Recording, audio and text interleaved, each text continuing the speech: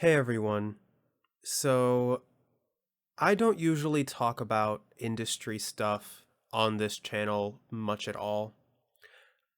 I don't know if any of this is going to make sense or sound coherent or if it's going to be rambly, but I really felt the need to talk about this because it's really bothering me.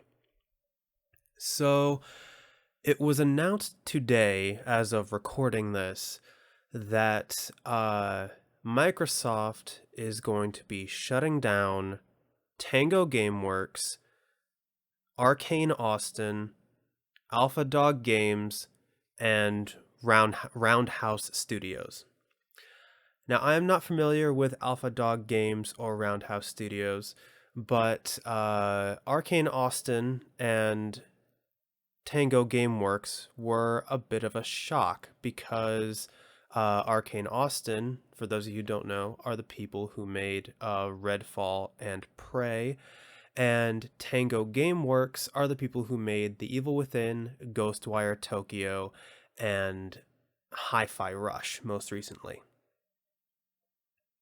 And these are not the only layoffs this week that bothered me. Take-Two announced a few days ago, as part of their layoffs, they are going to be shutting down Roll7, which are the people who made Rollerdrome, and Intercept Games, who are the people who made Kerbal Space Program. And in particular, Tango and Roll7 were a shock because Hi-Fi Rush is a critically acclaimed, successful, award-winning game that did turn a profit, and Rollerdrome was a successful, critically acclaimed, award-winning game that, as far as I know, also turned a profit. And we have Take-Two, who is a billion-dollar company who is about to release GTA 6 and who is still making millions off of GTA Online. And then we have Microsoft, who recently just announced that they are one of the first, if not the first, trillion-dollar company. That company is worth $1 trillion. These companies have more than enough money to keep these studios open. These studios are making successful games, and yet no one is safe from the amount of layoffs this year. And like with Arcane Austin and Redfall as well, no one at that studio wanted to make Redfall. That is not the type of game that Arcane makes. They only made it because the people at the top at ZeniMax wanted every studio underneath them to be making live service games, and they all turned out garbage. And again, I know I don't usually talk about this stuff. I am far from an expert in this field. I am just some guy who likes video games, and there are plenty of other people and YouTubers who are probably bigger experts than I am.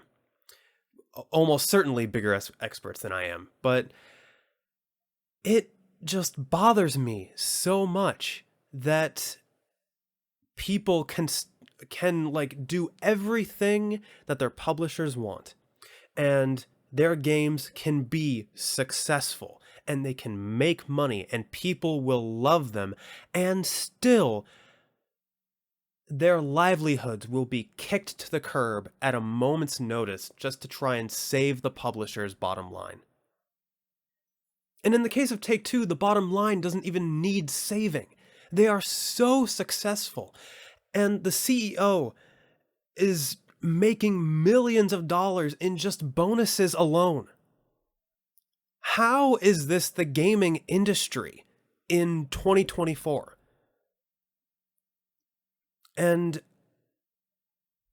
I said this on Twitter before, like, Take Two really bothers me in particular because it's like they're about to release GTA 6. They are going to come out of this situation as probably the most successful video game company, and they will have done it at the expense of the livelihoods of hundreds of developers. And Microsoft just keeps acquiring, and then all of a sudden, they don't have the money to run these studios or something, and then they just shut them all down. Like, everyone's pointing out that Microsoft said that Hi-Fi Rush was a breakout hit that exceeded all their expectations. And Phil Spencer went on a podcast and said that it was his fault that Redfall happened the way it happened, and that he and like Xbox would take accountability for that. And yet they're still the ones who have jobs and they're making tons of money. And just like a few months ago, it's hard to tell if this is a new wave of layoffs or if these are the part of the same layoffs, but like a few months ago, Microsoft announced that they were laying off like 1,800 or 1,900 people.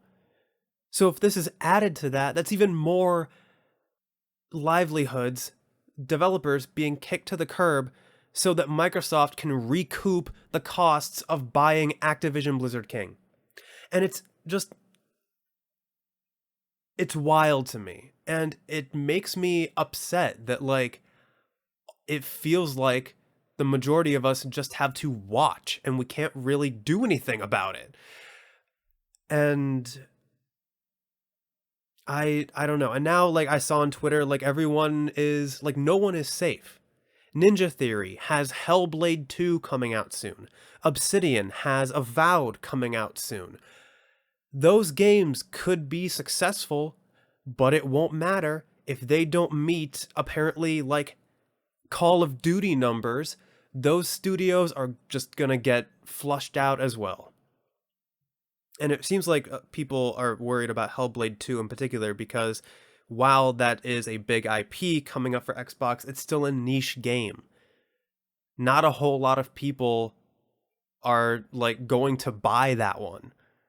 Like a lot more of like casual people who only play like Call of Duty and GTA and stuff. Like not a whole lot of people, that one's not going to sell well compared to like Call of Duty and GTA. So I don't know. I see this happen and I just feel powerless. I have no idea if there is anything that can be done on like the consumer side. And I know like talking about this, like for me in particular, there's not really any point. My community is small and this video is probably not going to get a lot of traction, but I just like I had to talk about it. I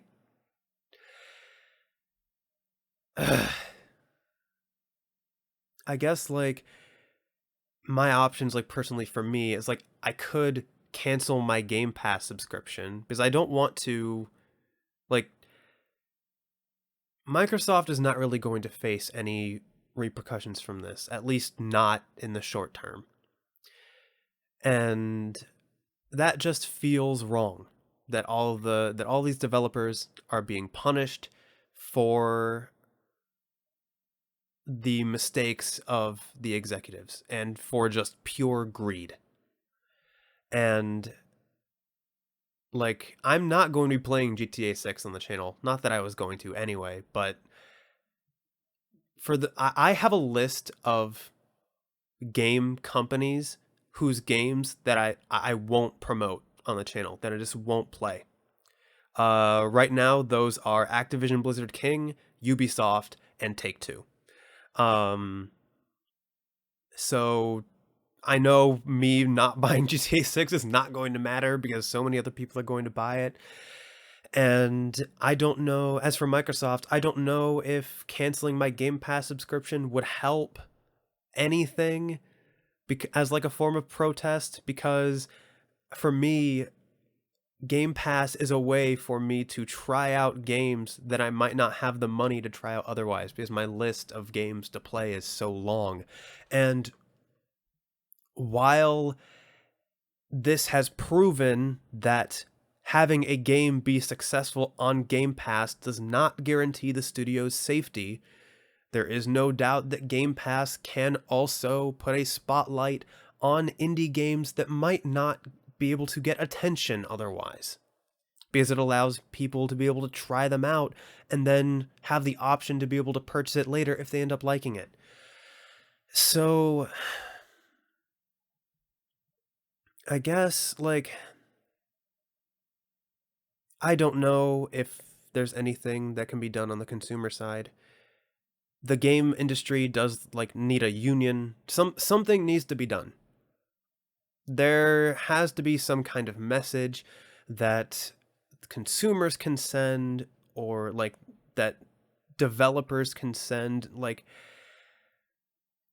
the one thing that comes to mind that can probably help right now is just to keep supporting indie titles and to keep supporting original works, original creative works. And I know, like, that I'm kind of preaching to the choir right now. If you are already subscribed to me, then you probably already play more indie games than you do AAA games, and you do support the indie industry and support smaller studios. But I think right now it's more important than ever that indie studios and smaller studios and creative works get their chances to shine. Like, right now, this year, almost all of the biggest releases and games have been from smaller or indie studios. Games like Pal World and Helldivers 2 and Balatro and Content Warning. And we have Hades 2 that just came out into early access, that the full game is not going to be out this year, but the early access alone, hopefully, is going to sell a ton.